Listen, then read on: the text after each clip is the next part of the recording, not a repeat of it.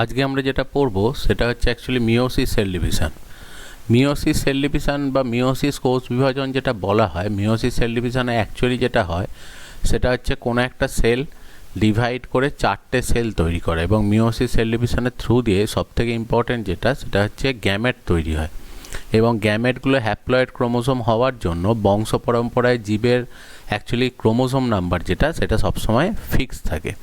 আর meiosis cell division যখন হয় তখন মিওসিস সেল ডিভিশনে ক্রসিং ওভার বলে একটা ঘটনা ঘটে, যার জন্য গ্যামেট তৈরির সময় অ্যাকচুয়ালি যে গ্যামেটগুলো তৈরি হয় তাদের যে ডিএনএ আছে সেই ডিএনএগুলো নিজেদের মধ্যে পার্ট এক্সচেঞ্জ করার জন্য নতুন ভেরিয়েশান অ্যাকচুয়ালি কিন্তু তৈরি হয়। এবার মিওসিস সেল ডিভিশন যখনই আমরা পড়তে যাই তার আগে সবার প্রথমেতে একটা জিনিস সম্পর্কে একটু আইডিয়া আমাদের নিতে হবে, সেটা হচ্ছে ক্রোমোসোম। অ্যাকচুয়ালি আমরা জানি যে কোনো প্ল্যান্ট বা অ্যানিম্যাল, উদ্ভিদ বা প্রাণী, সবারই যে সেল আছে, যে কোষ আছে, সেই কোষের মধ্যে নিউক্লিয়াস স্ট্রাকচার থাকে। সেই নিউক্লিয়াসের মধ্যে একটা জিনিস আছে যেটাকে বলা হয় DNA, deoxy ribo nucleic acid. সেটাই একটা প্যাঁচানো ডবল স্ট্যান্ডার্ড এরকম সুতোর মতো স্ট্রাকচার। এবার এই মানে অ্যাকচুয়ালি ডিএনএ যেটা সেটা নর্মাল অবস্থায় সেলটা যখন এমনি নর্মাল কন্ডিশনে থাকে, সে তার স্বাভাবিক কাজ যখন সে করে, যেটা ইন্টারফেজ স্টেজ বলা হয়, সেই স্টেজটাতে ডিএনএটা এখানে পেঁচিয়ে একটা জট পাকানো সুতোর মতো অবস্থাতে সেটা থাকে। কিন্তু যখনই সেল ডিভিশনাল ফেজেতে ঢোকে, যখনই কোষটা বিভাজন অবস্থায় যাবে, অ্যাকচুয়ালি সুতোগুলো যদি এইভাবে ওখানেতে জট পাকিয়ে থেকে যায়, তাহলে দুদিকেতে সেপারেট হবার সময় তখন কিন্তু একটা সুতো আর একটা সুতোর সঙ্গে আটকে যাবে, এবং তখন জোর করে যদি ওটাকে সেপারেট করতে যাওয়া হয় তাহলে ডিএনএগুলো কিন্তু ছোটো ছোটো টুকরে ভেঙে যাবে। তো সেই কারণে অ্যাকচুয়ালি যে মুহূর্তটা তারা সেপারেট হতে যায় তখন ওই ডিএনএর যে সুতোটা, যে ডিএনএ সুতোটা কি দেখবে এমনি সাধারণ অবস্থায় বলা হয় যেটা, সেটা হচ্ছে ক্রোম্যাটিন ফাইবার বা নিউক্লিয় জালক বাংলাতে বলে দেখবে, সেইটা খুলে গিয়ে অ্যাকচুয়ালি ক্রোমোসোম বলে একটা স্ট্রাকচার তৈরি করে।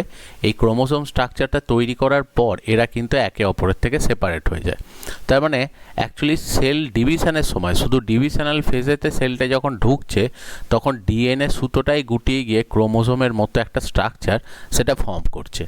এবার আমরা এখানে যেটা পড়ব সেটা হচ্ছে ডিভিশনাল ফেজেতে ঢোকার সময় অ্যাকচুয়ালি মেনলি প্রোফেজ যে স্টেজটা হয় সেই স্টেজটাতে এই চেঞ্জেসটা হয়। তো এই প্রোফেজ স্টেজটাতে কিভাবে ডিএনএ থেকে সেটা গুটিয়ে এই ক্রোমোসোম স্ট্রাকচারটা তৈরি করে সেই প্রসেসটাই আমরা এখানে পড়ব। এবার সবার প্রথম আমরা যেটা পড়ব সেটা হচ্ছে ডিএনএ স্ট্রাকচার। আমরা এই যে বলছি যে নিউক্লিয়াসের ভেতরে ডিএনএ স্ট্রাকচারটা রয়েছে, ডিএনএর পুরো কথা ডিঅক্সি রাইবো নিউক্লিক অ্যাসিড, যার মধ্যে আমাদের জেনেটিক ইনফরমেশান থাকে, অর্থাৎ বংশগত যে বৈশিষ্ট্য একটা জেনারেশন থেকে আর একটা জেনারেশনে যায়, জেনেটিক যে ক্যারেক্টার এক জেনারেশন থেকে পরের জেনারেশনে যায়, সেটা যাওয়ার জন্য অ্যাকচুয়ালি সেটা সবসময় ডিএনএ থ্রু দিয়ে একটা জেনারেশন থেকে নেক্সট জেনারেশনে সেটা যাচ্ছে। এবার ডিএনএ যে স্ট্রাকচারটা থাকে সেই ডিএনএর অ্যাকচুয়ালি স্ট্রাকচারাল ইউনিট, যেমন যে কোনো একটা বাড়ি যখন তৈরি হয় তার অ্যাকচুয়ালি স্ট্রাকচারাল ইউনিট যেমন ইঁট, পরপর ইঁটগুলোকে সাজিয়ে দেখো বাড়ির স্ট্রাকচারটা তৈরি করা হয়, যেমন আমাদের বডি স্ট্রাকচারাল ইউনিট হচ্ছে সেল, ঠিক সেরকমই দেখা যায় যে ডিএনএ এই যে মলিকিউলটা রয়েছে সুতোর মতো এই যে স্ট্রাকচারটা, এর স্ট্রাকচারাল ইউনিট হচ্ছে নিউক্লিওটাইড। এবার নিউক্লিওটাইড তিনটে কম্পোনেন্ট দিয়ে তৈরি হয়। এর মধ্যে প্রথম একটা কম্পোনেন্ট যেটা সেটা হচ্ছে নাইট্রোজেন বেস, নাইট্রোজেনযুক্ত ক্ষার যেটাকে বলা হয়। সেকেন্ড যেটা রয়েছে সেটা হচ্ছে একটা সেখানে থাকে রাইবোজ সুগার। রাইবোজ সুগার হচ্ছে একটা পেন্টোজ সুগার, মানে হচ্ছে 5 কার্বনযুক্ত শর্করা। তবে ডিএনএর ক্ষেত্রে যে পেন্টোজ সুগারটা থাকে সেটাকে বলা হয় ডিঅক্সি রাইবোজ সুগার। অ্যাকচুয়ালি এই ডিঅক্সি রাইবোজ সুগার যেটা থাকে, এই ডিঅক্সি রাইবোজ সুগার সাধারণত সুগারের ফর্মুলা যেটা হয় সেটা হচ্ছে দেখবে যে সবসময় ধরো আমি পেন্টোজ সুগারের নর্মাল যেটা ফর্মুলা হয় সেটা হচ্ছে C5H10 অ্যাকচুয়ালি O5, কিন্তু এখানেতে দেখা যায় যে এই যে সুগারটা ডিএনএতে থাকে সেখানে হচ্ছে C5H10O4, অর্থাৎ অক্সিজেন একটা কম আছে। তো সেই জন্য এই সুগারটাকে বলা হয় ডিঅক্সি রাইবোজ সুগার, মানে এখানে একটা অক্সিজেনের ডেফিসিয়েন্সি আছে। তো সেই কারণে এখানেতে দেখো একটা রাইবোজ সুগার রয়েছে যেটা pentose sugar, deoxy ribose sugar.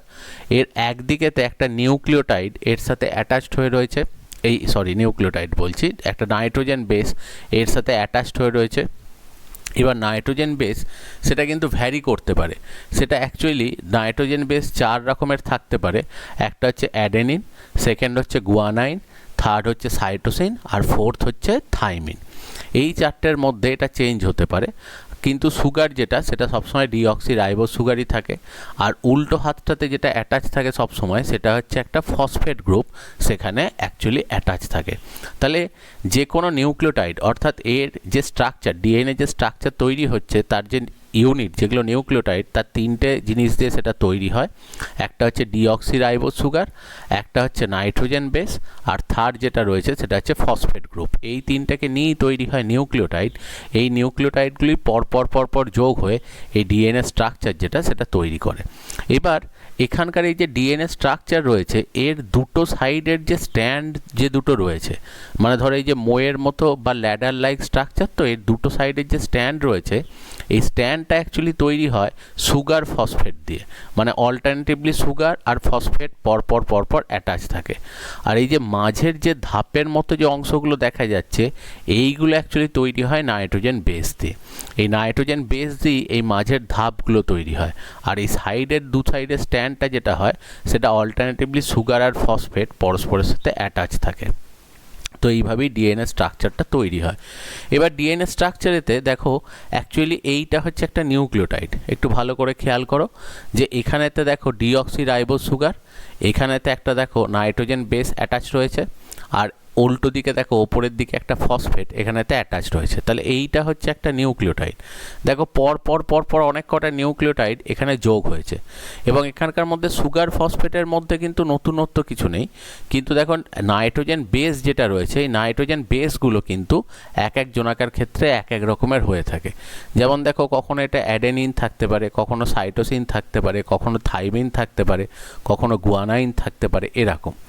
এবার ঠিক দেখো এদিকে একটা যেমন স্ট্যান্ড আছে, ঠিক উল্টো দিকেও কিন্তু একটা স্ট্যান্ড আছে, এবং সেখানেও কিন্তু সুগার ফসফেট অল্টারনেটিভলি সাজানো আছে।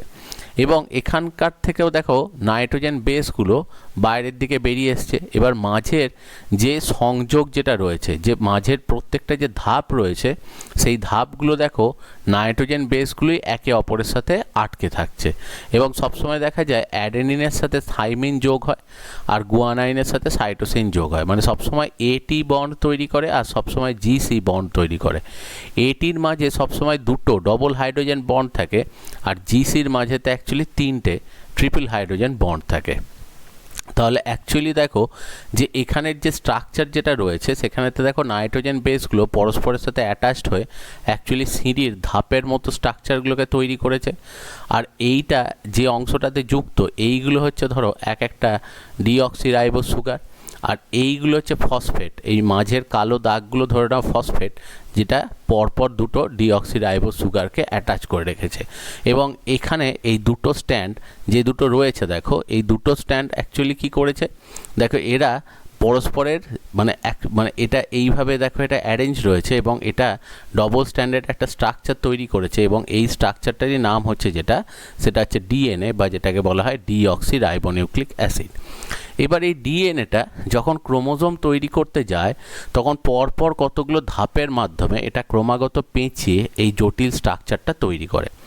এবার সবার প্রথম ডিএনএ যেটা অ্যাকচুয়ালি আমরা পড়লাম, ডিএনএর ডায়ামিটার যেটা বা এটা চওড়ায় যেটা, সেটা হচ্ছে 2 ন্যানোমিটার। সেখান থেকে যখন একটা ক্রোমোজোম তৈরি করে, ক্রোমোজোমের এক একটা বাহু বা এক একটা হাত বা এক একটা আর্ম যেটা বলা হয়, সেগুলো হচ্ছে 700 ন্যানোমিটার করে হয়।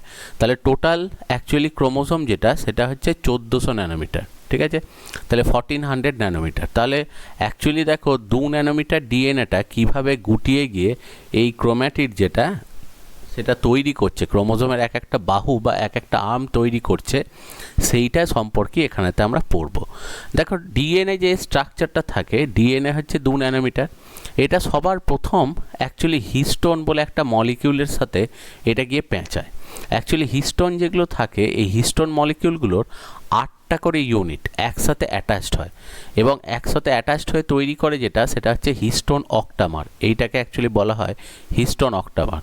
এই হিস্টোন অক্টামারের গায়েতে সবার প্রথম ডিএনএটা পেঁচায়। এবার যখনই এই হিস্টোন অক্টামারের গায়েতে ডিএনএটা অ্যাকচুয়ালি দেখো পেঁচাতে যাচ্ছে, যে জিনিসটা হয় সেটা হচ্ছে ডিএনএ হচ্ছে ডিঅক্সি রাইবোনিউক্লিক অ্যাসিড, আর হিস্টোন যেটা থাকে এই যে বলের মতো যে প্রোটিনটা, এটা অ্যাকচুয়ালি ক্ষারীয় বা অ্যালকালাইন প্রোটিন। তাহলে সেই জন্য অ্যাসিড আর বেস নিজেদের মধ্যে ইন্টারঅ্যাক্ট করে, তার জন্য দেখা যায় যে হিস্টোনের গায়েতে অ্যাকচুয়ালি ডিএনএর সুতো যেটা সেটা পেঁচাতে পারে। এবার দেখো এই যে হিস্টোন অক্টামার এই জন্য বলছে কারণ এখানে 8টা করে ইউনিট একসাথে অ্যাটাচড হয়েছে। এবার দেখো হিস্টোন অক্টামারগুলো হিস্টোন অক্টামারগুলো পরপর রয়েছে, আর ডিএনএটা অ্যাকচুয়ালি হিস্টোন অক্টামারের গায়েতে কিছুটা করে পেঁচাচ্ছে, ঠিক আছে, কিছুটা করে পেঁচাচ্ছে, এবং সেখানেতে আবার দেখো পরের হিস্টোনটাতে চলে যাচ্ছে, এবং সেখানেতে ওইভাবে আস্তে আস্তে ওরা দেখো যে পেঁচিয়ে যে স্ট্রাকচারটা তৈরি করলো, সে দেখো ফার্দার আবার কি করে কয়েলিং তৈরি করে, সেটা আবার ফার্দার পেঁচায়, এবং সেই প্যাঁচটা পরবর্তী পর্যায়ে আরও জটিল কয়েলিং তৈরি করে, যেটাকে অ্যাকচুয়ালি বলা হয় সুপার কয়েলিং, এবং সেখান থেকেই আস্তে আস্তে যেটা তৈরি করে দেখো সেটা হচ্ছে এই ক্রোম্যাটিড যে স্ট্রাকচারটা সেটা তৈরি করছে। এবার এই গঠনটা সম্পর্কে আমরা একটা একটা করে দেখো পড়বো। তো সবার প্রথম যেটা আসছে সেটা হচ্ছে হিস্টোন অক্টামার। অ্যাকচুয়ালি দেখা যায় যে হিস্টোন যেটা থাকে, এই হিস্টোনের 4টে রকমের হিস্টোন প্রোটিন, অ্যাকচুয়ালি তারা প্রত্যেকের 2টো করে কপি। দেখা যায় 4টে হিস্টোন প্রোটিন যেটা সেটা হচ্ছে H2A, H2B, H3 আর H4। এদের প্রত্যেকটা 2টো করে কপি। দেখো H2A 2টো আছে, H2B 2টো আছে, H3 2টো আছে, H4 2টো আছে। তো এটা নিয়েই তৈরি হয় যেটা সেটা হচ্ছে একটা হিস্টোন অক্টামার। এরকম পরপর হিস্টোন অক্টামারগুলো থাকে, এবং হিস্টোন অক্টামারের গায়েতে ডিএনএ যে সুতোটা সেই সুতোটা পেঁচায়, এবং ডিএনএর যে সুতোটা অ্যাকচুয়ালি এর গায়েতে পেঁচিয়ে থাকে সেটা অ্যাকচুয়ালি বলা হয় 1.75 টার্ন। 1.75 টার্ন মানে হচ্ছে এই ডিএনএটা ধরো এখান দিয়ে প্রবেশ করলো, একটা পুরোপুরি প্যাঁচ নেবে তাহলে 1 টার্ন, আর একটা প্যাঁচের 75% গিয়ে সেটা বেরিয়ে যাবে, তাহলে সেই জন্য ওটাকে বলা হয় 1.75 টার্ন। দিয়ে সেটা বাইরে গিয়ে আবার পরের হিস্টোনটার গায়েতে ঠিক একইভাবে 1.75 টার্নে ওটা পেঁচাবে। এবার অ্যাকচুয়ালি দেখো যে ডিএনএটা এই হিস্টোন প্রোটিনের গায়েতে গুটিয়ে থাকে সেটাকে অ্যাকচুয়ালি বলা হয় কোড ডিএনএ, আর দুটোর অ্যাকচুয়ালি হিস্টোনের মাঝখানেতে একটা ডিএনএর পোর্শন থাকে যেটা দুটো হিস্টোনকে দেখো অ্যাটাচ করে রেখেছে, এটাকে অ্যাকচুয়ালি বলা হয় যেটা সেটা হচ্ছে লিঙ্কার ডিএনএ। এবার এই যে হিস্টোনের গায়েতে ডিএনএটা এরম করে পেঁচিয়ে আছে, এই ডিএনএটা স্বাভাবিকভাবেই দেখো খুলে যাওয়ার একটা সম্ভাবনা আছে, কারণ জাস্ট একটা দেখো ওখানে হালকা একটা উইক বন্ড তৈরি হয়ে ওখানেতে ওইভাবে জিনিসটা রয়েছে। তাহলে অ্যাকচুয়ালি কি হয়, এই ডিএনএটাকে এখানে আটকানোর জন্য দেখা যায় H1 বলে একটা প্রোটিন আছে, হিস্টোন 1, সেই প্রোটিনটা কি করে এই ডিএনএটাকে লক করে রাখে। তাহলে দেখো actually histone অক্টামার H2A, H2B, H3, H4 এর 2টো করে কপি নিয়ে একটা যেটা তৈরি করে সেটা হচ্ছে হিস্টোন কোর প্রোটিন, এবং তার গায়েতে ডিএনএটা পেঁচায়, আর ওই ডিএনএটা যাতে খুলে না যায় সেই জন্য লকের মতো কাজ করে যেটা সেটা হচ্ছে H1 প্রোটিনটা, এবং সেটা এসে এই ডিএনএটাকে এখানে আটকে রেখে দেয়।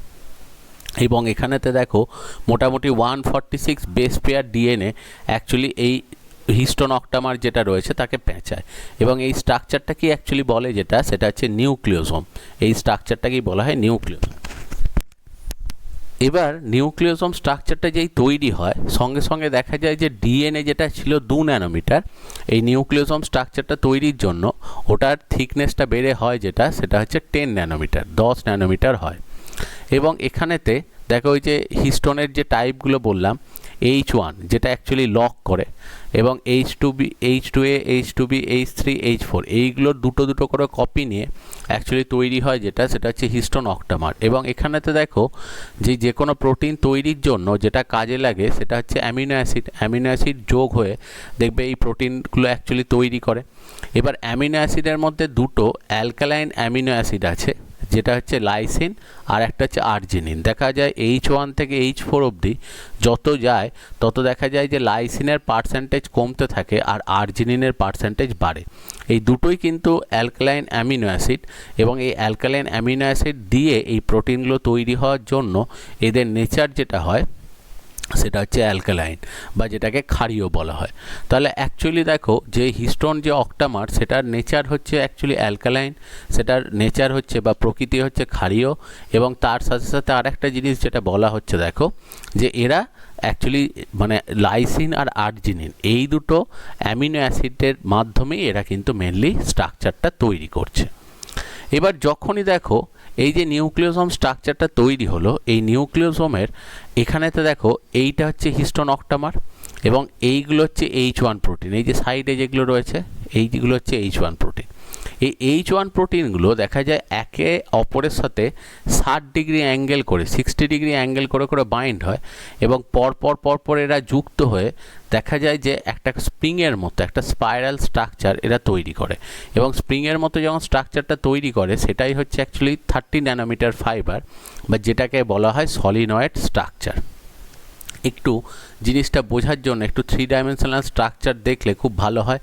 দেখো অ্যাকচুয়ালি এখানে যেটা দেখানো হচ্ছে এটা একটা ডিএনএ সুতো যার অ্যাকচুয়ালি ডায়ামিটার হচ্ছে 2 ন্যানোমিটার। এবার এই ডিএনএটা কিভাবে কয়েল করছে সেই পদ্ধতিটা সম্পর্কে আমরা এখানেতে দেখব যে কিভাবে ডিএনএ সেই থ্রেড যেটা রয়েছে 2 ন্যানোমিটার যার অ্যাকচুয়ালি থিকনেস সেটা কিভাবে পেঁচাচ্ছে এবং সেটা কিভাবে এই স্ট্রাকচারগুলো তৈরি করছে সেটাই দেখব।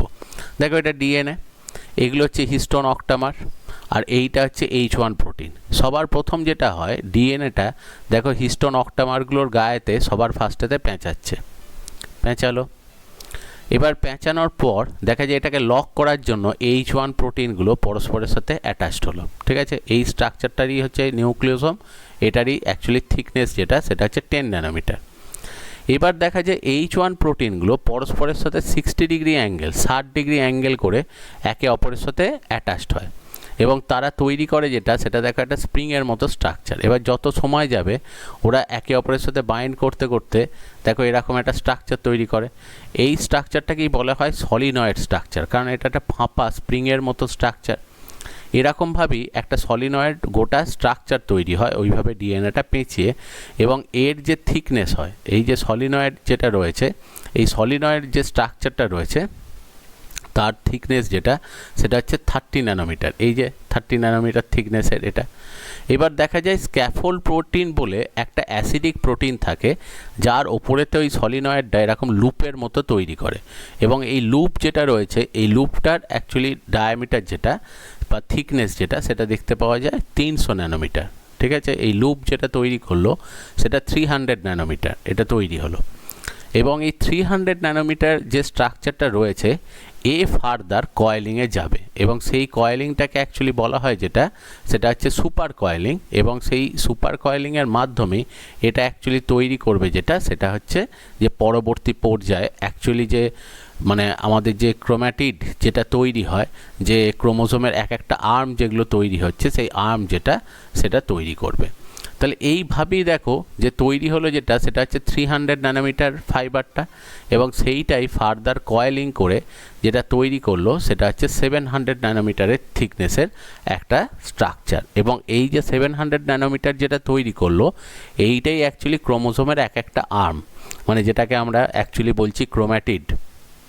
সেই ক্রোম্যাটিড স্ট্রাকচারটা এইভাবেই দেখো অ্যাকচুয়ালি কিন্তু তৈরি করছে।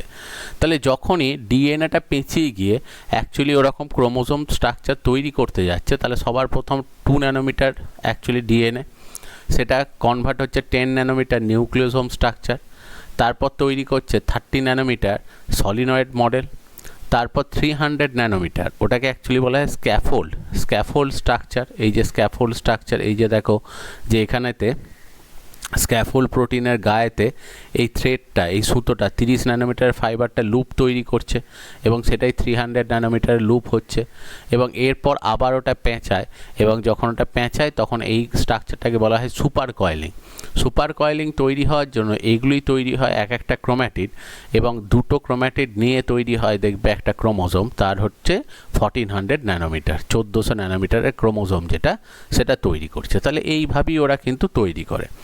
এবার যে কোনো একটা ক্রোমোজোমের যদি স্ট্রাকচার বলা হয় তাহলে দেখা যায় যে ক্রোমোজোম যেটা থাকে দেখবে অ্যাকচুয়ালি সেল ডিভিশনের সময় যেটা হয় যে সবার প্রথম ডিএনএ যেটা থাকছে সেই ডিএনএটা কপি হয়। তাহলে ডিএনএটা কপি হওয়ার জন্য দেখবে এখানেতে যে কোনো ডিএনএ যেটা যখনই কপি হয় তখন সেখানেতে এরকম দুটো স্ট্রাকচার তৈরি হয়, দুটো স্টিকের মতো, যেগুলোকে অ্যাকচুয়ালি এক একটাকে বলছে ক্রোম্যাটিড। এই এক একটা ক্রোম্যাটিড হচ্ছে 700 ন্যানোমিটার, তাহলে দুটো মিলে হচ্ছে 1400 ন্যানোমিটার। এবার এর ভেতরেতে ডিএনএ কয়েলিং কন্ডিশনে থাকে। এবার ডিএনএটা পেঁচিয়েই তো ওই স্ট্রাকচারটা তৈরি করে। যদি কোনো সেলের ক্ষেত্রে দেখা যায় তার যে ক্রোমোজোমগুলো রয়েছে, ক্রোমোজোমের এই কয়েলিংগুলো খুব বেশি কমপ্লেক্স, মানে সুপার কয়েলিংগুলো প্রচণ্ড কমপ্লেক্স, তখন সেটাকে অ্যাকচুয়ালি বলা হয় সেটা হচ্ছে প্লেকটোনেমিক কয়েলিং। আর যদি দেখা যায় যে ডিএনএর অ্যাকচুয়ালি পেঁচানোর যে পদ্ধতিটা সেটা নর্ম্যাল, যেভাবে একটু আগে আমরা পড়লাম সেরকমই নর্ম্যাল পেঁচানোর পদ্ধতি, তাহলে তখন সেটাকে অ্যাকচুয়ালি বলা হয় সেটা হচ্ছে প্যারানেমিক কয়েলিং। এবার ক্রোমোজোমের ক্ষেত্রে ধরো এই যে ক্রোমোজোমের এক একটা যে পার্ট রয়েছে, এই যে এক একটা অংশ রয়েছে, এটাকে বলা হচ্ছে সেটা হচ্ছে ক্রোম্যাটিড। এবার এই ক্রোম্যাটিডের ভেতরেতে দেখতে পাওয়া যায় সুতোর মতো স্ট্রাকচার রয়েছে, যেটা ডিএনএটা পেঁচিয়ে অ্যাকচুয়ালি স্ট্রাকচার ওটা তৈরি করেছে। তাহলে ওইটাকেই বলা হয় সেটা হচ্ছে ক্রোমোনিমা। ওই যে ডিএনএ যে সুতোর যেটা আমরা দেখতে পাই সেটাকে বলা হয় ক্রোমোনিমা।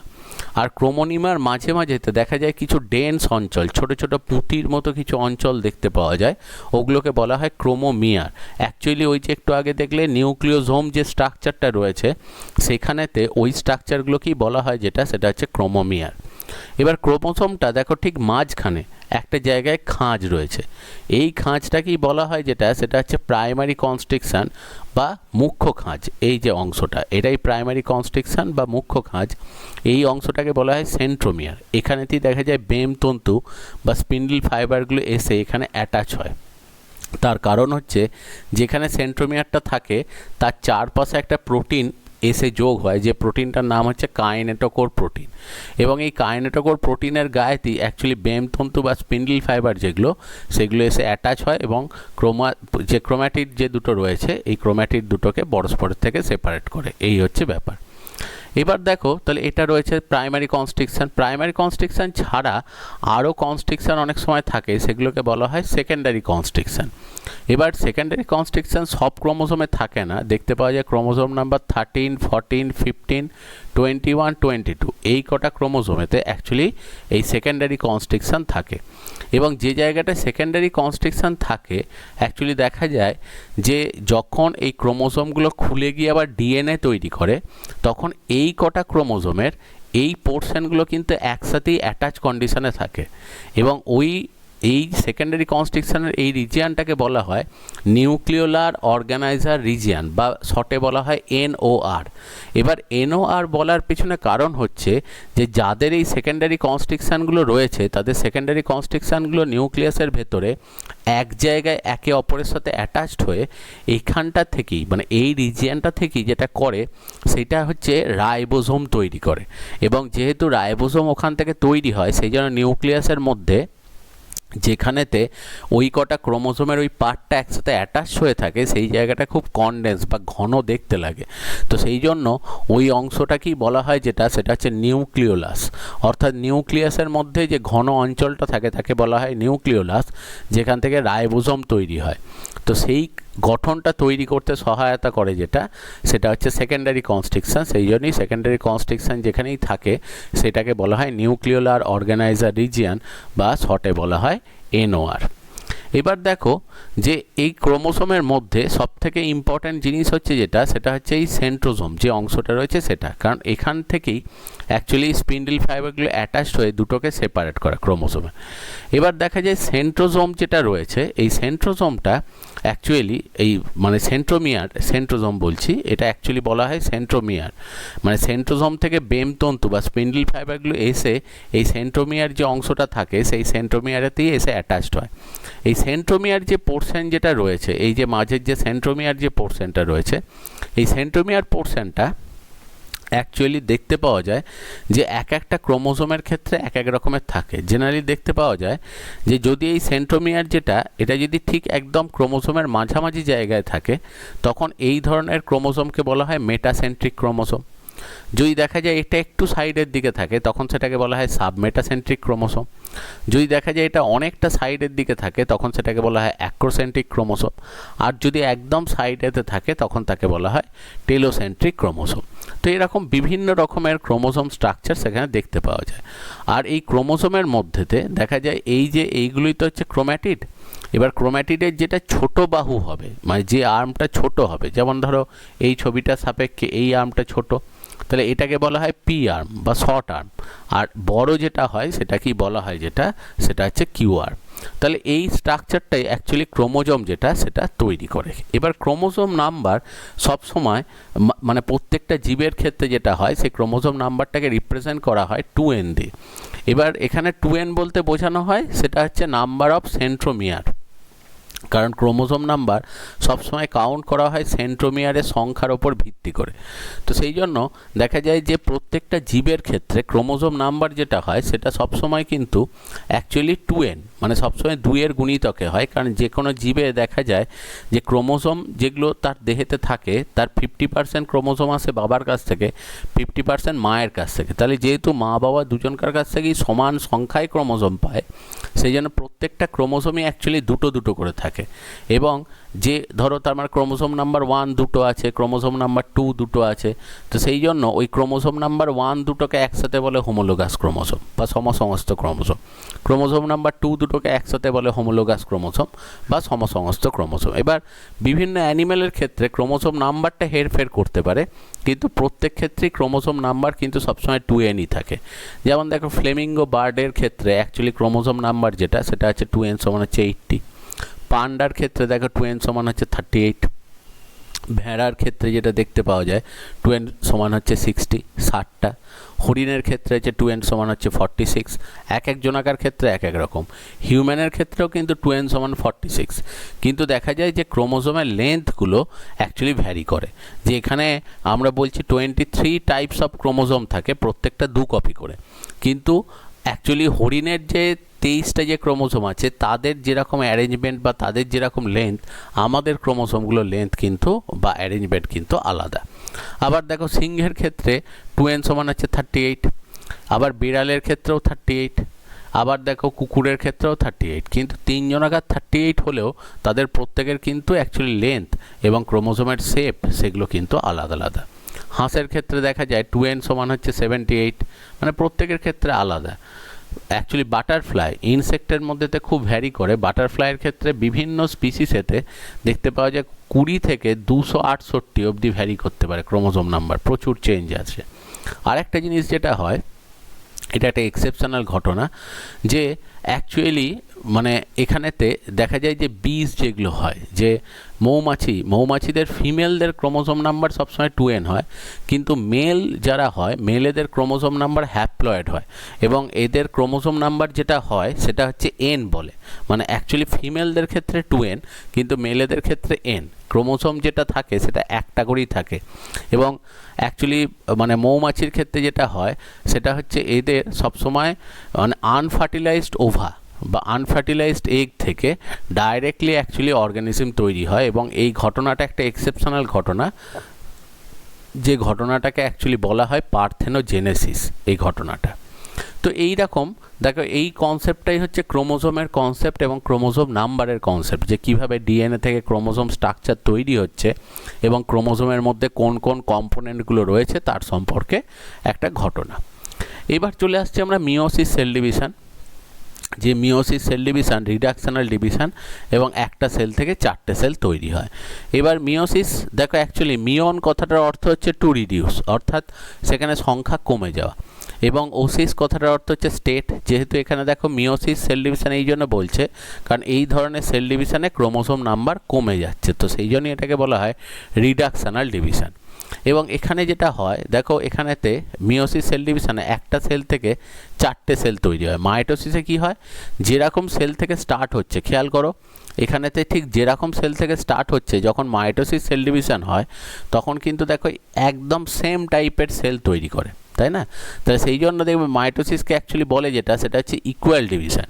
কিন্তু যখন মিওসিস হয় দেখো প্রথম স্টেজের রেসপেক্টে সেকেন্ড স্টেজটাতে দেখো ক্রোমোজোম নাম্বার অ্যাকচুয়ালি কিন্তু কমে গেছে, ঠিক আছে, কারণ এই যে সেন্ট্রোমিয়ারের কাউন্টিংয়ের ওপরে দেখো বলা হয় এখানে সেন্ট্রোজোম যে এখানে সেন্ট্রোজোম নয়, সেন্ট্রোমিয়ার কতগুলো রয়েছে দেখো 1 2 3 4 চারটে, কিন্তু এখানে দেখো সেন্ট্রোমিয়ার কটা রয়েছে দুটো, ঠিক আছে, আর এখানেও দেখো সেন্ট্রোমিয়ার কটা থাকবে দুটো, যেহেতু দুটো ক্রোম্যাটিড আছে।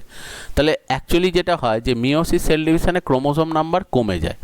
মিওসিস 1 যেটা সেটাতেই মেনলি ক্রোমোজোম নাম্বারটা কমে, আর মিওসিস 2তে কিন্তু ক্রোমোজোম নাম্বার সেম থাকে, এবং আলটিমেটলি দেখা যায় একটা 2n সেল পরপর দুবার ডিভাইড করে 4টে হ্যাপ্লয়েড সেল অ্যাকচুয়ালি তৈরি করে। তো এই ডিভিশনটা কি অ্যাকচুয়ালি বলে যেটা, সেটা হচ্ছে মিওসিস সেল ডিভিশন। এবং মিওসিস সেল ডিভিশনের থ্রু দিয়ে যেটা হয় সেটা অ্যাকচুয়ালি গ্যামেটোজেনেসিস, অর্থাৎ গ্যামেট প্রোডাকশন হয়। এবং মিওসিস সেল ডিভিশনের থ্রু দিয়েই দেখা যায় স্পার্মাটোগোনিয়া মানে হচ্ছে স্পার্ম মাদার সেল, সেটা ডিভাইড করে 4টে স্পার্ম তৈরি করে, 4টে শুক্রাণু তৈরি করে। আর ওভা মাদার সেল তারা ডিভাইড করে 4টে সেল তৈরি করে বটে, কিন্তু 4টের মধ্যে 3টে ডিস্ট্রয় হয়ে যায়, শুধু একটাই কিন্তু পারসিস্ট করে। তো সেই জন্য দেখা যায় যে এখান থেকেও 4টে সেল তৈরি হয়, কিন্তু 3টে ডিস্ট্রয় হয়ে একটাই কিন্তু এখানে ওভা তৈরি করে।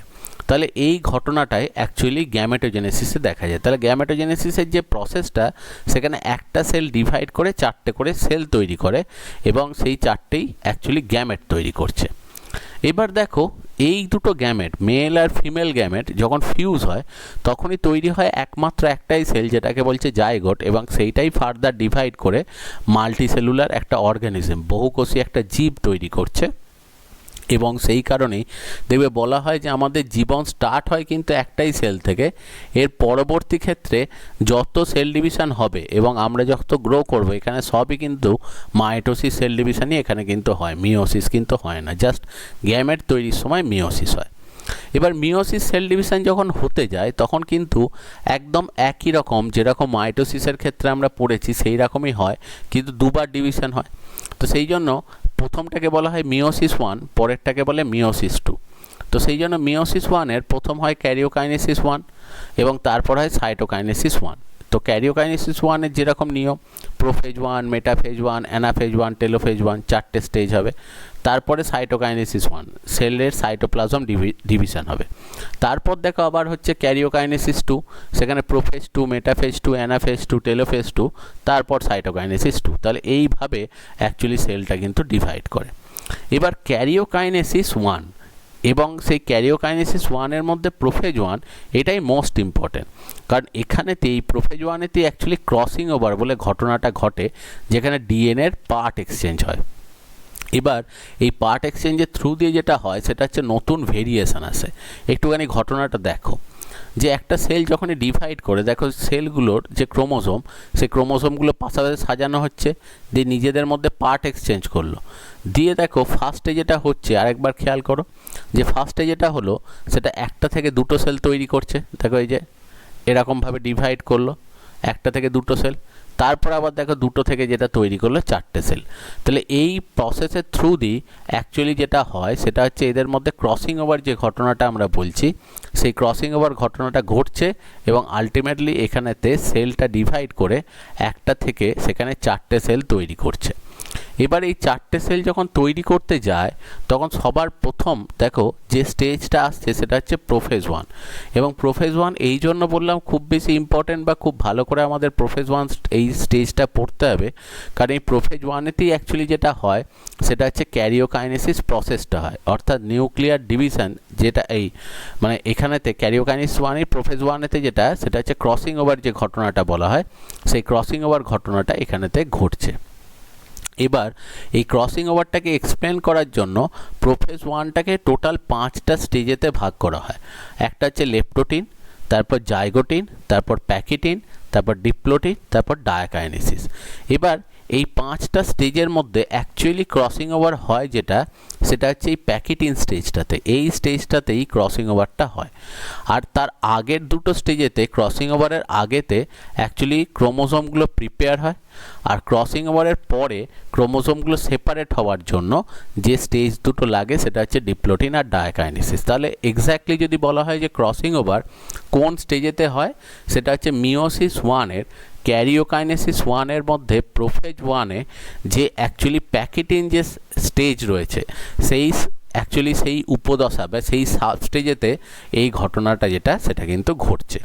এবার এই ঘটনাটার কথা যখনই আমরা দেখো পড়তে যাব যে এই ঘটনাটা কিভাবে ঘটছে সেটা দেখতে যাব, তাহলে এক একটা স্টেজকে আমাদের পড়তে হবে। প্রথমেই আসছে যেটা সেটা হচ্ছে লেপটোটিন। লেপটোটিন স্টেজ যেটা হয়, এই লেপটোটিন স্টেজেতে সবার প্রথম ডিএনএ যেটা থাকছে সেলের, সেটা গুটিয়ে গিয়ে অ্যাকচুয়ালি ক্রোমোজোম তৈরি করে। তো যখনই এটা গুটিয়ে গিয়ে ক্রোমোজোম তৈরি করতে যায় তখন দেখা যায় যে সেলটার যে সাইটোপ্লাজমের যেদিকেতে সেন্ট্রোজোম স্ট্রাকচার থাকে, যে সেন্ট্রোজোম স্ট্রাকচার থেকে পরে দেখা যায় স্পিন্ডল ফাইবার তৈরি হয়, বেমতন্তু তৈরি হয়, যেদিকে সেন্ট্রোজোম থাকে সেই দিকে ক্রোমোজোমগুলো একদিকে চলে আসে। এই যে দেখো সেন্ট্রোজোমটাকে দেখাচ্ছে এখানে, এই যে সেদিকেতে চলে আসে এবং সেখানে ক্রোমোজোমগুলো আস্তে আস্তে মানে ডিএনএগুলো গুটিয়ে গিয়ে ক্রোমোজোম স্ট্রাকচার তৈরি করতে শুরু করে। এবার যখনই ওই স্টেজটাকেই অ্যাকচুয়ালি বলা হয় যেটা সেটা হচ্ছে লেপটোটিন। তার মানে লেপটোটিন স্টেজেতে ডিএনএটা গুটিয়ে গিয়ে ক্রোমোজোম স্ট্রাকচার তৈরি করতে শুরু করে। তাহলে প্রথম যেটা হয় সেটা হচ্ছে প্রোফেজ 1-এতে ডিএনএ স্ট্রাকচারটা গুটিয়ে ক্রোমোজোম তৈরি করলো এবং যেহেতু দেখো একটা সাইডেতে এসে ডিএনএগুলো গুটোতে শুরু করেছে, সেই জন্য এটাকে দেখে অনেকটা সেই ফুলের তোড়া যেমন মনে হয় যে একটা জায়গা থেকে শুরু হয়ে অনেকটা চারপাশে ছড়িয়ে গেছে, এখানেও দেখো ঠিক সেন্ট্রোজোমের জায়গা থেকে দেখা যাচ্ছে ডিএনএগুলো চারপাশে ছড়িয়ে আছে মনে হচ্ছে। তো সেই জন্য ওটাকে বলা হয় বোকে স্টেজ। এই বোকে স্টেজটা এখানেতে দেখা যায়। এরপর দেখা যায় সেকেন্ড স্টেজ যেটা সেটা হচ্ছে জাইগোটিন। জাইগোটিন যে স্টেজে যায়, জাইগোটিন স্টেজেতে হোমোলোগাস ক্রোমোজোমগুলো অর্থাৎ chromosome number 1, chromosome number 2, chromosome number 3 এরা পরস্পরের সাথে জোট বাঁধে। অর্থাৎ জাইগোটিন স্টেজেতে যেটা দেখা যায় যে ক্রোমোজোমগুলো তো তৈরি হয়ে গেল যেটা সেটা অ্যাকচুয়ালি প্যাকেটিন মানে সবার প্রথম লেপটোটিন স্টেজেতে ডিএনএগুলো গুটিয়ে গিয়ে ক্রোমোজোম তৈরি করলো। জাইগোটিন স্টেজেতে অ্যাকচুয়ালি ক্রোমোজোমগুলো সব অ্যাকচুয়ালি হোমোলোগাস ক্রোমোজোমগুলো দেখো ঠিক পাশাপাশি সাজানো হয়ে যায় এইভাবে, এবং এটা সেলের মধ্যেতেই ক্রোমোজোম 1, 2, 3, 4 পাশাপাশি করে সব সাজানো হয়ে যায়। তো এরকম যখনই পেয়ারিং হয়ে যাচ্ছে পাশাপাশি তখনই সেটাকে অ্যাকচুয়ালি বলছে যেটা সেটা হচ্ছে জাইগোটিন স্টেজ, যেখানেতে হোমোলোগাস ক্রোমোজোমগুলো পরস্পরের পাশাপাশি চলে আসে। এবার এই সমস্ত ক্রোমোজোম হোমোলোগাস ক্রোমোজোমগুলো পরস্পরের পাশাপাশি আসার পেছনে কারণ হচ্ছে এই দুটো ক্রোমোজোমের মাঝে, এই হোমোলোগাস ক্রোমোজোমগুলোর মাঝে মাঝে দেখা যায় কিছু প্রোটিন কমপ্লেক্স তৈরি হয়, যেটাকে অ্যাকচুয়ালি বলা হয় সাইন্যাপ্টোনেমাল প্রোটিন কমপ্লেক্স। অ্যাকচুয়ালি ক্রোমোজোম এরকম পাশাপাশি এসে যুক্ত হওয়ার ঘটনাটাকে যেটা বলা হয় সেটা হচ্ছে সাইন্যাপস। এবার যেহেতু দেখো এখানেতে এই সাইন্যাপসিস বা জোট বাঁধা যে ঘটনাটাকে বলা হচ্ছে, যে ক্রোমোজোম যখনই পাশাপাশি এসে জোট বাঁধে তখনই সেটাকে অ্যাকচুয়ালি বলা হয় সাইন্যাপসিস। এই সাইন্যাপসিস পদ্ধতিতে যখনই তারা দেখো পরস্পরের পাশাপাশি এলো, তাহলে এইটাকে পরস্পরের সাথে আটকে থাকতে সহায়তা করছে যেটা সেটা হচ্ছে কিছু প্রোটিন, যে প্রোটিনগুলো কি অ্যাকচুয়ালি বলা হয় সাইন্যাপ্টোনেমাল প্রোটিন কমপ্লেক্স। এই যে মাঝে যেগুলো দেখছি এইগুলোই কি করে হোমোলোগাস ক্রোমোজোমগুলোকে পাশাপাশি নিয়ে আসে। এবার পাশাপাশি নিয়ে আসার পেছনে কারণ কি? কারণ হচ্ছে এরপরই যেটা হয় সেটা হচ্ছে অ্যাকচুয়ালি প্যাকেটিন স্টেজেতে। এই প্যাকেটিং স্টেজেতে যেটা হয় সেটা হচ্ছে ডিএনএগুলো নিজেদের মধ্যে খণ্ড বিনিময় করে। একটু খেয়াল করে দেখো যে এখানে এই দুটো হচ্ছে হোমোলোগাস ক্রোমোজোম, ধরো দুটোই ক্রোমোজোম নাম্বার 1, একটা ধরো মায়ের কাছ থেকে এসছে, একটা বাবার কাছ থেকে এসছে। এবার দেখো এদের মধ্যেতে বডির লাস্ট পার্টেতে দেখো নিজেদের মধ্যে এইটা হচ্ছে ক্রসিং ওভার, নিজেদের মধ্যে দেখো অ্যাকচুয়ালি পরস্পরের সাথে অ্যাটাচ হয়েছে। অ্যাটাচ হওয়ার পর এই পার্টটা কেটে গেছে, কেটে যাওয়ার পরই বুঝতে পারছো যে অ্যাকচুয়ালি এর থেকে পার্টটা এদিকে চলে এসছে আর এর থেকে পার্টটা এদিকে এসছে। খেয়াল করে দেখো এদের মধ্যে পার্ট এক্সচেঞ্জ হয়েছে, এবং যখন এরা সেপারেট হচ্ছে তখন দেখো এই মাঝের যে দুটো ক্রোম্যাটিড রয়েছে তাদের মধ্যে কিন্তু পার্ট এক্সচেঞ্জ হয়ে গেছে, এবং এই ঘটনাটাকেই অ্যাকচুয়ালি বলা হয় যেটা সেটা হচ্ছে ক্রসিং ওভার। এবার তাহলে ক্রসিং ওভার যেটা হয়, দেখো ক্রসিং ওভার তো যখন হতে যাচ্ছে দেখা যায় যে একই ক্রোম্যাটিড, এই ক্রোম্যাটিড মানে এই ক্রোমোজোমটারই দুটো ক্রোম্যাটিডকে বলা হয় পরস্পরের সিস্টার ক্রোম্যাটিড। তাহলে এরা দুজন পরস্পরের সিস্টার ক্রোম্যাটিড, এরা দুজন পরস্পরের সিস্টার ক্রোম্যাটিড। যখন পার্ট এক্সচেঞ্জের কথা বলা হয় দেখো ক্রোমোজোমগুলো পাশাপাশি এসে জোট বাঁধছে এবং চারটে ক্রোম্যাটিড পাশাপাশি এসে তখন দাঁড়াচ্ছে। এই অবস্থাটাকে অ্যাকচুয়ালি বলা হয় যেটা, এবার দুটো ক্রোমোজোম একসাথে যোগ হওয়া বা দুটো ক্রোমোজোম পাশাপাশি আসা, এই স্টেজটাকে বলা হয় বাইভ্যালেন্ট স্টেজ, এবং পাশাপাশি চারটে ক্রোম্যাটিড যেহেতু রয়েছে সেই স্টেজটাকে বলা হয় টেট্রাড স্টেজ। এবং তাদের মধ্যে দেখো অ্যাকচুয়ালি এরা হচ্ছে সিস্টার ক্রোম্যাটিড, আবার এরা দুজন সিস্টার ক্রোম্যাটিড। কিন্তু পার্ট এক্সচেঞ্জ যেটা হয় সবসময় দেখো নন সিস্টার ক্রোম্যাটিডের মধ্যেই কিন্তু পার্ট এক্সচেঞ্জ হয়। তার মানে অ্যাকচুয়ালি ক্রসিং ওভার যে ঘটনাটা ঘটে সেই ক্রসিং ওভার ঘটনাটা ঘটছে কিসে, সেটা হচ্ছে হোমোলোগাস ক্রোমোজোমের নন সিস্টার ক্রোম্যাটিডের মধ্যে পার্ট এক্সচেঞ্জ হয়। এবার পার্ট এক্সচেঞ্জ দুরকম হতে পারে, একটা হচ্ছে রেসিপ্রোকাল, একটা কমপ্লিমেন্টারি। এবার দেখো এই যে জিনিসটা যেটা ঘটনাটা দেখলে এখানে দেখো অ্যাকচুয়ালি দুটো নন সিস্টার ক্রোম্যাটিড নিজের মধ্যে পার্ট এক্সচেঞ্জ করেছে, কিন্তু অন্য দুটো নন সিস্টার ক্রোম্যাটিড তারা কিন্তু অ্যাজ ইট ইজ আছে, তাদের মধ্যে কিন্তু কোনো চেঞ্জেস নেই। তো রেসিপ্রোকাল ক্রস যেটা, সেটা হচ্ছে যদি কোনো সময় দেখা যায় যে চারটে ক্রোম্যাটিডের মধ্যে দুটো ক্রোম্যাটিড অ্যাকচুয়ালি পার্ট এক্সচেঞ্জে অংশগ্রহণ করছে আর দুটো ক্রোম্যাটিড কিন্তু কোনো রকম পার্ট এক্সচেঞ্জে অংশগ্রহণ করছে না, তখন সেটাকে বলা হয় রেসিপ্রোকাল ক্রস। আর চারজনেই যদি পার্ট এক্সচেঞ্জে অংশগ্রহণ করে তখন তাকে অ্যাকচুয়ালি বলা হয় যেটা, সেটা হচ্ছে কমপ্লিমেন্টারি ক্রসিং ওভার। এবার এইভাবে তাহলে দেখো ক্রসিং ওভার স্টেজটা কমপ্লিট হয়। এরপর ডিপ্লোটিন স্টেজেতে যেটা হয় সেটা হচ্ছে ক্রোমোজোমগুলোকে পরস্পর থেকে দূরে সরিয়ে নিয়ে যাওয়া হয়, যার জন্য দেখা যায় এই যে ক্রসিং ওভার, এই যে পার্ট এক্সচেঞ্জ যেটা হয়েছে সেই জায়গাতে ক্রোমোজোমগুলোর যে ক্রোম্যাটিডগুলো পরস্পরের সাথে আটকে ছিল সেগুলো আস্তে আস্তে সরে যেতে থাকে। এবং সরে যেতে থাকার জন্য দেখা যায় যে এখানটা দেখো এক্সের মতো দেখতে লাগছে এই জায়গাটা, এবং এই স্ট্রাকচারটাকে অ্যাকচুয়ালি বলে যেটা, সেটা হচ্ছে কায়াজমা। যেহেতু যেখানে যেখানে ক্রসিং ওভার তৈরি হয়েছে এই সাইনাপ্টোনেমাল মানে ডিপ্লোটিন স্টেজে সাইনাপ্টোনেমাল প্রোটিন কমপ্লেক্সগুলো খুলে যায়, শুধুমাত্র যেখানে যেখানে ক্রসিং ওভার হয়েছে সেই জায়গাগুলোতেই অ্যাকচুয়ালি ক্রোম্যাটিডগুলো আটকে আছে। সেই জন্য যেহেতু এগুলোকে দেখে কিছুটা এক্স অক্ষরের মতো দেখতে লাগে বলে এটাকে বলা হয় কায়াজমা। এবং এরপর দেখা যায় যেটা, যে দুদিক থেকে স্পিন্ডল ফাইবার এসে দুদিকে টানার জন্য ক্রোমোজোমগুলোকে এই কায়াজমাগুলো আস্তে আস্তে লাস্টের দিকে সরতে শুরু করে, শেষের দিকে হয়, এবং সেটাকেই অ্যাকচুয়ালি বলা হয় টার্মিনালাইজেশন অফ কায়াজমা। এবং যখনই এই কায়াজমাটা অ্যাকচুয়ালি টার্মিনালাইজেশন হতে হতে যেখানেই দেখা যায় যে কায়াজমাটা আর দেখতে পাওয়া যাচ্ছে না, মানে একদম শেষ প্রান্তে এসে তো এই ক্রোম্যাটিড দুটো পরস্পরের থেকে ছেড়ে যাবে, তখনই সেই ঘটনাটাকে বলা হয় অ্যাকচুয়ালি ডায়াকাইনেসিস, মানে লাস্ট স্টেজ। এবং ডায়াকাইনেসিসে এটা ছাড়াও দেখা যায় আর যে জিনিসগুলো হয়, যে নিউক্লিয় এনভেলপ, যেটা নিউক্লিয়ার এনভেলপ, নিউক্লিয় পর্দা সম্পূর্ণ অবলুপ্ত হয়ে যায়, এবং তার সঙ্গে সঙ্গে যে সেন্ট্রোজোম বা নিউক্লিওপ্লাজম এই যে স্ট্রাকচার যেগুলো থাকে এইগুলোও কিন্তু নিউক্লিয়াসের মধ্যে আর দেখতে পাওয়া যায় না। তাহলে এই ঘটনাটাই যেটা ঘটলো দেখো, সেটা হচ্ছে একদম সবার ফার্স্ট যে স্টেজটা প্রোফেজ 1 সেটা, এবং এখানেই ক্রসিং ওভার যে ঘটনাটা সেটা ঘটে গেল। এরপর বাকিগুলো কিন্তু একদম একই রকম টাইপ, নতুনত্ব কিচ্ছু নেই। এরপর মেটাফেজ যে স্টেজটা, সেখানে দেখো ওই যে হোমোলোগাস ক্রোমোসোমগুলো পাশাপাশি এসে আটকেছে, স্পিন্ডল ফাইবারগুলো এসে এদেরকে আটকে দেখো ঠিক মেটাফেজিক প্লেটে সবকটা ক্রোমোজোমকে দাঁড় করিয়ে দিয়েছে, তাহলে এটা হচ্ছে মেটাফেজ 1। এরপর অ্যানাফেজ 1 যেটা, সেটা হচ্ছে দুটো ক্রোমোসোমকে দেখো দুদিকে সেপারেট করে টেনে নিয়ে চলে যাচ্ছে, অ্যানাফেজ 1। এবং টেলোফেজ 1-এ ন্যাচারালি দেখা গেল যে প্রত্যেকটা রেসপেক্টে নিউক্লিয়াস তৈরি হয়ে যাচ্ছে, এবং তারপরেই যেটা হবে দেখো, মানে টেলোফেজ 1-এর পরই সেটা হচ্ছে সাইটোকাইনেসিস, যেটা সেটা স্টার্ট হয়ে যাচ্ছে। তাহলে টেলোফেজ 1-এতে দুটো নিউক্লিয়াস তৈরি করে দিল। এবার সাইটোকাইনেসিস 1 হয়ে গেল, সাইটোকাইনেসিস 1 হয়ে গেলেই একটা সেল ডিভাইড করে দুটো সেল তৈরি করলো।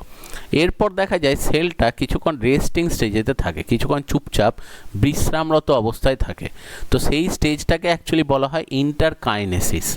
দেখবে ইন্টারফেজ দশা সেটা কিন্তু মাইটোসিসের মাঝে মাঝে হয়। ইন্টারফেজ দশায় দুটো কাজ হয়, একটা হচ্ছে শক্তি আরোহণ করে, আর সেকেন্ড হচ্ছে ডিএনএ রেপ্লিকেশন হয়। কিন্তু এই স্টেজটা দেখো দুটো মিওসিসের মাঝের একটা স্টেজ, যেখানেতে কিন্তু শক্তি আরোহণ হয়, মানে নেক্সট স্টেজেতে যাওয়ার জন্য শক্তি গ্রহণ করে সেলটা, কিন্তু ডিএনএ রেপ্লিকেশন হয় না, সেই জন্য এটাকে বলা হয় ইন্টারকাইনেসিস। এবার ইন্টারকাইনেসিসের পরেই যেটা অ্যাকচুয়ালি শুরু হয় দেখো, অনেক সময় ইন্টারফেজ 2ও এটাকে বলা হয়। পরে যেটা শুরু হয় সেটা হচ্ছে দেখো সবার প্রথম সেটা হচ্ছে প্রোফেজ 2। প্রোফেজ 2-তে যেটা ঘটবে দেখবে, অ্যাকচুয়ালি প্রোফেজ 1-এও যা ঘটেছিল প্রোফেজ 2-তেও তাই ঘটবে। অ্যাকচুয়ালি প্রোফেজ 1-2-এতে আবার ডিএনএগুলো গুটিয়ে গিয়ে ক্রোমোজোম তৈরি করে, কিন্তু এখানে কিন্তু আর নতুন করে কোনো ক্রসিং ওভার বলে কিছু ঘটনা ঘটবে না, যার জন্য এখানেতে কিন্তু ওই 5টা যে সাবস্টেজ সেরকম কোনো কনসেপ্ট নেই। এখানে কিন্তু ওরকম একটা কনসেপ্ট ছিল। মেটাফেজেতে যেটা হবে অ্যাকচুয়ালি ক্রোমোজোমগুলো দেখো মাঝখানে গিয়ে আটকাবে, কিন্তু মেটাফেজ 2তে অ্যাকচুয়ালি দেখো হোমোলোগাস ক্রোমোজোমগুলো ছিল বলে তারা পাশাপাশি ছিল, কিন্তু এখানে তার হোমোলোগাস ক্রোমোজোম নেই, কারণ আগের সেল ডিভিশনটাতে সবাই আলাদা আলাদা হয়ে গেছে অলরেডি। তো যে ক্রোমোজোমগুলো রয়েছে তারা মেটাফেজিক প্লেটেতে সাজানো হলো এবং দুটো সেল দেখো ওখানে কাজ করছে, কারণ একটা সেল ওখানে তো একটাই সেল ছিল তখন, কিন্তু যেহেতু মিওসিস 1 কমপ্লিট হয়ে গেছে, মিওসিস 2, তাহলে এখন কিন্তু সেখানেতে দুটো সেল এই একই রকম ফাংশন করবে। এরপর অ্যানাফেজেতে ডিএনএগুলো সেপারেট হবে পরস্পরের থেকে, এবং টেলোফেজেতে দেখা যাবে যে আবার নতুন নিউক্লিয়াস তৈরি হবে, এবং সেখানে আলটিমেটলি দেখা যাবে 2 থেকে 4টে সেল সেখানেতে তৈরি হলো। তাহলে এইভাবেই দেখা যায় মিওসিস সেল ডিভিশন যেটা, সেই মিওসিস সেল ডিভিশনটা কমপ্লিট হয়। এবং মিওসিস সেল ডিভিশনের পর দেখো ক্যারিওকাইনেসিসের পর অবভিয়াসলি সাইটোকাইনেসিস 2 হয়, সাইটোপ্লাজমগুলো পৃথক হয়ে যায়, এবং যার ফলে দেখা যায় একটা সেল থেকে 4টে সেল সেখানে তৈরি হয়ে যায়। তাহলে এই সেল ডিভিশনটা হচ্ছে মিওসিস সেল ডিভিশন, যার প্রভাবে হ্যাপ্লয়েড ক্রোমোজোম নাম্বার যুক্ত গ্যামেট তৈরি হয়। এবার মিওসিসের যদি আমরা সিগনিফিক্যান্স বা গুরুত্ব দেখি, সেগুলো কি? গ্যামেট ফর্মেশন করে, গ্যামেট তৈরি করে। সেকেন্ড হচ্ছে যে ক্রোমোজোম নাম্বার, মানে যে কোনো একটা স্পিসিসের ক্রোমোজোম নাম্বার বংশ পরম্পরায় ঠিক রাখার জন্য এটা কাজ করছে। অন্যদিকে অল্টারেশন অফ জেনারেশন, যেটা যৌনুক্রম যেটা বলা হয়, দেখবে আমরা প্ল্যান্ট রিপ্রোডাকশানে পড়েছি যে যৌনুক্রম যাকে বলা হয়, সেই ঘটনাটাকে মেনটেন করতে কাজে লাগে। জেনেটিক ভেরিয়েশন, যেহেতু ক্রসিং ওভার হয় সেই জন্য নতুন বৈশিষ্ট্যের সঞ্চারণ হয়। অন্যদিকে মিউটেশন, মিউটেশনের প্রভাব যেটা হয় দেখবে যে কোনো জীবের ক্ষেত্রে যখন কোনো মিউটেশন ঘটে, সেই মিউটেশন সরাসরি কিন্তু প্রভাব সেই জীবের ওপরে ফেলে না, দেখা যায় বংশ পরম্পরায় তার পরবর্তী যে জীব সৃষ্টি হয় তার ওপরেই কিন্তু তার ওই বৈশিষ্ট্যের যে পরিবর্তন, সেই পরিবর্তনটা লক্ষ্য করা যায়। এটা ছাড়াও দেখা যায় ক্রোমোজোমাল ভেরিয়েশন, যে ক্রোমোজোম যে দেখো তার যে চেঞ্জ, ডিএনএর যে চেঞ্জ সেটা দেখতে পাওয়া যায়। এবং তার সঙ্গে সঙ্গে দেখা যায় যেটা, যে একটা জীব থেকে মানে এই ক্রসিং ওভারে যেহেতু নতুন ভ্যারাইটি তৈরি হচ্ছে, তাহলে এখান থেকে দেখো খুব সহজে এক্সপ্লেন করা যায় যে কিভাবে পৃথিবীতে এক ধরনের জীব থেকে আর এক ধরনের জীব সৃষ্টি হয়েছে, অর্থাৎ এভলিউশনের যে পাথওয়ে, এভলিউশনের এই পাথওয়েটাকে এক্সপ্লেন করতে অ্যাকচুয়ালি কিন্তু অনেকটা সুবিধা হয়। তাহলে এই ঘটনাগুলোই অ্যাকচুয়ালি মিওসিস যে কোষ বিভাজনটা বলা হয় তার কিন্তু গুরুত্ব।